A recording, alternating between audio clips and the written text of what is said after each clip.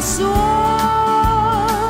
giống khen về inom Calvary Cross kỳ cả đâm na Hallelujah Hallelujah lo min ta kha Krista kalwang kane Krista aring chu Kovel mi ten an shrepaglo adu apiang local ro in sual na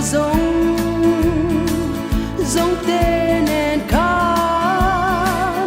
kay man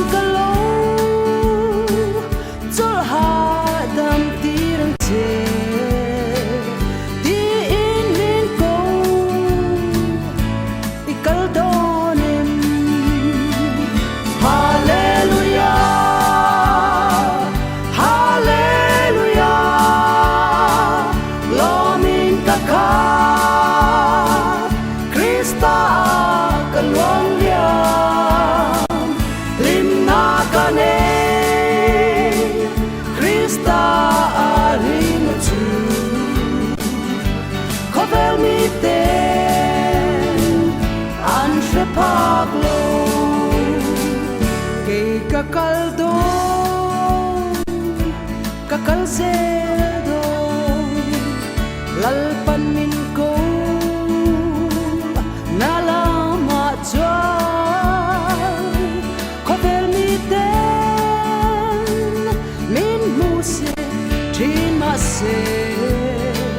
kay kakalsedo Hallelujah Hallelujah lo min ta kha Krista kalwang liang lim na kane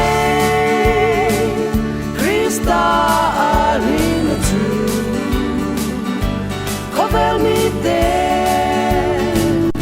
an shrepaglo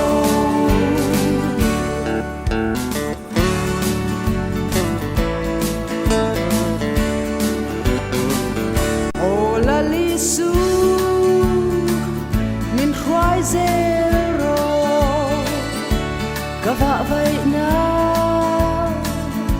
thalera ya ni tinin so na ten min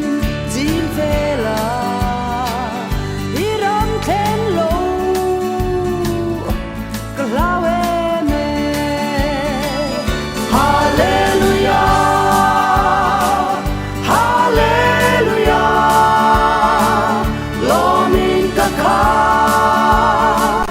Krista